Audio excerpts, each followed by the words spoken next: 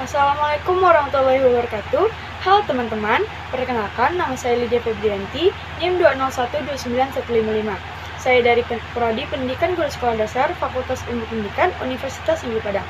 Pada video kali ini, saya akan membahas mengenai konsep dasar administrasi pendidikan.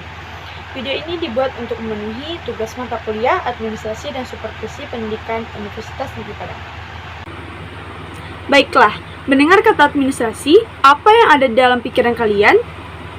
Surat menyurat, pendaftaran, pembayaran, sekolah, kantor? Ya, istilah administrasi seringkali dikaitkan dengan hal-hal tersebut. Lantas, apa sebenarnya konsep dasar administrasi pendidikan? Mari kita bahas. Apa itu administrasi? Secara harfiah, administrasi berasal dari bahasa Latin ad dan ministrate, yang berarti melayani, membantu, dan mengarahkan.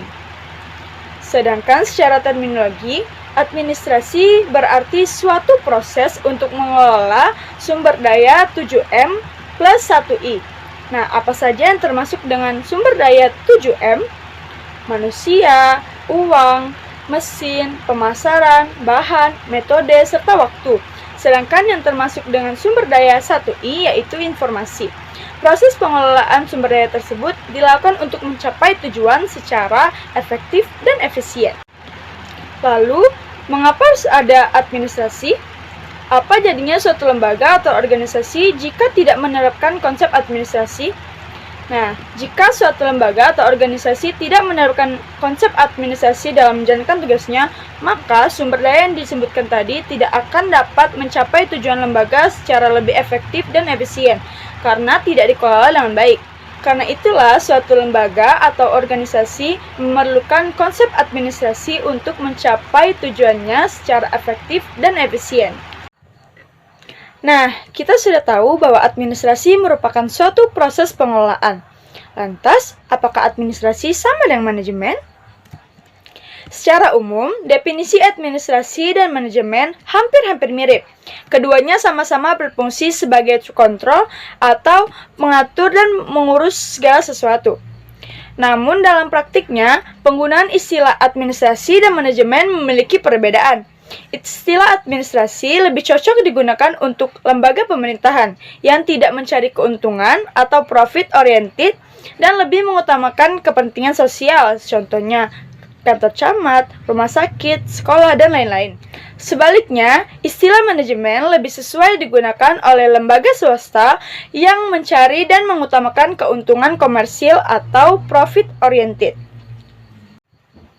Lanjut, di administrasi ada istilah administrator atau lebih kita sering sebut dengan leader. Sedangkan di manajemen ada istilah manager atau lebih sering kita sebut dengan bos. Lantas, apakah perbedaan di antara leader dan bos? Seorang leader kerjanya ialah melatih dan membimbing anggota-anggotanya. Sedangkan seorang bos, ia adalah yang berkuasa.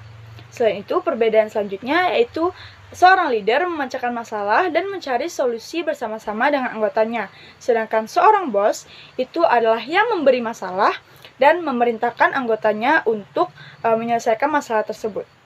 Selanjutnya, mari kita bahas tujuan dan manfaat administrasi pendidikan. Yang pertama yaitu terwujudnya proses belajar mengajar yang lebih bermakna. Dengan adanya administrasi dalam dunia pendidikan, peserta didik dan guru lebih dapat mengembangkan potensi yang ada di dalam diri mereka karena dengan adanya administrasi, segala sumber daya yang ada termasuk dalam guru dan peserta didik itu dikelola dengan baik sehingga mengeluarkan potensi yang terbaik dalam dirinya dan menjadikan proses belajar mengajar yang bermakna. Tujuan selanjutnya yaitu memiliki kemampuan manajerial. Lembaga pendidikan yang menerapkan konsep administrasi dalam melaksanakan tugasnya memiliki kemampuan mengelola sumber daya 7M dan 1 itu dengan baik untuk mencapai tujuan yang secara efisien dan efektif. Tujuan selanjutnya yaitu agar perencanaan pendidikan merata, bermutu, relevan, dan akuntabel. Dan yang terakhir yaitu meningkatkan citra positif pendidikan. Nah, sekarang kita masuk ke lingkup fungsi administrasi pendidikan. Menurut HCM Blanche, terdapat 4 lingkup fungsi administrasi pendidikan. Pertama, plan. Plan yaitu merencanakan segala sesuatu yang terkait dengan sumber daya 7M dan 1I. Yang kedua ada organize, yaitu bagaimana mengelola sumber daya tersebut. Yang ketiga ada motif, yaitu bagaimana memotivasi agar sumber daya tersebut dapat berjalan dengan efektif dan efisien. Dan yang terakhir yaitu control, yaitu untuk mengontrol atau mengatur sumber daya tersebut agar dapat mencapai tujuan yang lebih efektif dan efisien. Nah, tadi kita sudah singgung sedikit mengenai administrator, manajer, bos, dan juga leader.